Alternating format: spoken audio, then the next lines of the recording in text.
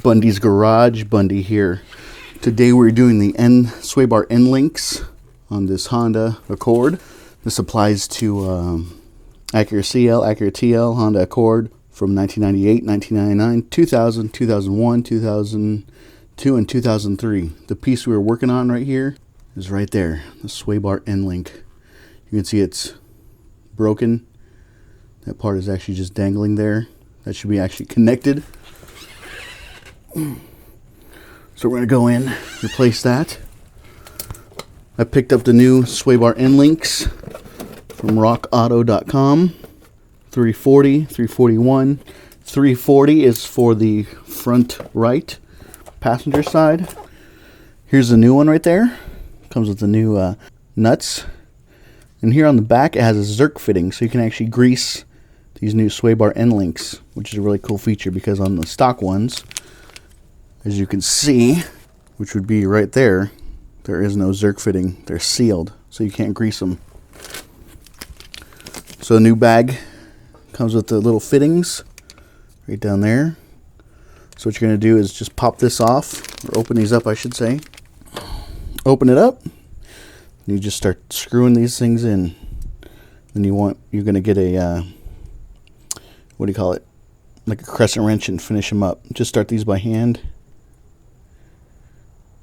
And then get a crescent wrench and tighten them all the way down. What I actually found is you can actually use an 8mm socket to get this thing on as well. So start it by hand and use a crescent wrench or an 8mm to finish it off. Once it's snug, you can stop. There's no pressure on this thing. All it's used is to put grease inside of these. Both Zerk fittings are on, ready for installation. See this part right here, how it's broken off? We might need to put the floor jack underneath to raise it up to actually go ahead and put it into place here once we install the new one. So I'll take the bottom bolt off, start at the bottom first, install that part, and then raise it up and connect it here. Because you're not going to be able to get this up by hand. You're going to need a jack to actually move that thing up. There's so much pressure on this control arm and all the suspension parts. So you'll actually have to use a jack to get the sway bar link into position to bolt it into the top. So to get these out, there's a bolt on the back. It's a 14mm, righty tighty lefty loosey.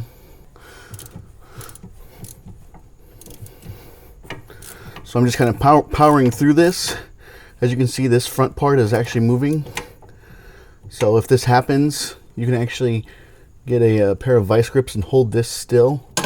And on the back side, there's actually, I'll take it off. Once I get it off, I'll show you, but there's actually an Allen key right here that you can stick an Allen wrench into and then get an open socket and get it off that way. But what I'm going to do, I'll get a pair of vice grips and lock onto this front part and hold that while I'm taking off the bolt on the back. Okay, come in here with a pair of vice grips. Open these up big enough to be able to lock onto them. Now able to keep that front part from moving while I'm loosening the bolt on the back side. The bolt's off, and then that comes right out. Right here, there's a part for an Allen key, an Allen wrench. So you can actually just stick a wrench back there, or an Allen key I should say. Hold the stem from spinning, and then you would need an open-ended socket, 14mm open-ended socket, and that's how you pull your bolt off. If this thing is really stuck on there, if you can't get this thing out, you can always cut it. You could cut it with a hacksaw. You could cut it with an oxyacetylene torch, or you could try sticking a screwdriver or a pry bar right down in between here and holding that part still while you turn it. So let's see if I can get the bottom one off. The top and the bottom are both 14mm. Okay, I got it loose. They're not on there very tight. Spinning it off by hand with the 14mm socket. Okay, that bolts out. Just push it out with my finger. Here's your new sway bar end link. What you want to do, since it comes with new bolts, go ahead and make sure that these are 14mm, because you don't want to get down there and find out these are a different size. Sometimes they are. Nope, but it looks like it's 14, so good. We can use the same socket. Come down here, install it there, let it sit right there. Okay, now bring your bolt in. And the cool thing about this is we're actually gonna we're just gonna start these threads finger tight, not even finger tight, we're just gonna start the threads. And then we'll go in and tighten it once we have it connected to the top. Put some threads onto it.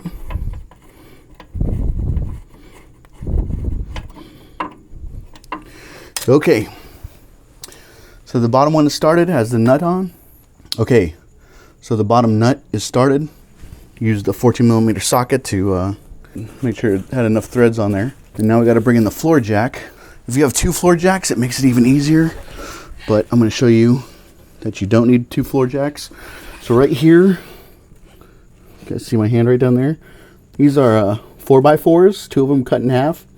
They're sitting on the frame. They're acting as my floor jack right now. So now I will come in and bring the big floor jack, go underneath the suspension arm right down here and raise it up.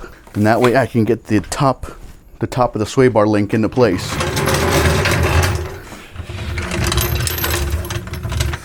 Okay, so I have my jack right underneath the lower control arm. And now I'm going to raise it up just ever so slightly to be able to get the sway bar in link into place. And then once I get into place, that's when you bring in your nut and lock it down. It's in the bottom one here, and I had to move this top one a little bit. This top one articulates, the bottom part does not. So go ahead, before you install this, go ahead and make sure that you're putting the one that articulates on the top. It looked like originally it was connected to this hole right here, but there's a secondary hole right there. I'm never going to make it into that hole, so I'm going to use this one instead. I'm just trying to coax it in there right now. So like I said, this bottom one is stationary, this one articulates. So make sure you have the articulating one up on top. And I'm just trying to work it in now. Okay, it wants to go, but it's having a hard time, so I'm actually going to get a C-clamp and twist it down that way and put the bolt on the backside so it actually stay in place. It'd be helpful to have a tiny little C-clamp, huh? Okay, so I'm using a 4-inch C-clamp here. The problem I'm having is I can't actually get this to come all the way through because there's too much tension on it so that I can actually put the nut on the backside.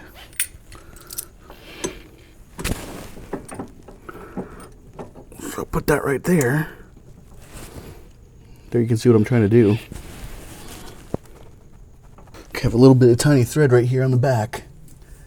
I'm gonna go ahead and install the nut. Okay, I got the top one started. Go ahead and do the bottom one real quick. Putting the bottom one on. Okay, the bottom one is started. Now I'll bring in the 14mm socket. Get it down as far as I can. Okay, the bottom one's down as far as it'll go. Now I'll bring in a gear wrench, a 14mm gear wrench to get the top one. Okay, get it down by hand as much as you can. Bring in the gear wrench. Tighten this one down as much as you can. If you don't have a set of gear wrenches, I highly recommend that you get them. Probably one of the best investments I've ever made. Okay, got that all the way down.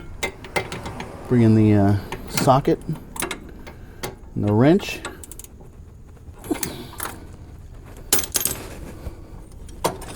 Get the C-clamp out of the way. Okay, I'm bringing in a 0 offset 14mm wrench to tighten this down a little bit more. Okay, the top one is tight. Double check the bottom one.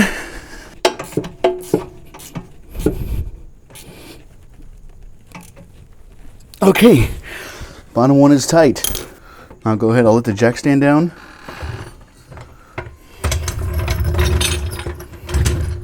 Double check this one here on top. All right, that one's tight. Double check the bottom one. That one's tight as well. Okay, so that is how you do a sway arm end link. Let's cover CLs, TLs, Accords from 1998 to 2003. If you have found any of my videos helpful, please consider subscribing to Bundys Garage on YouTube. You can follow me on Twitter at Bundys Garage.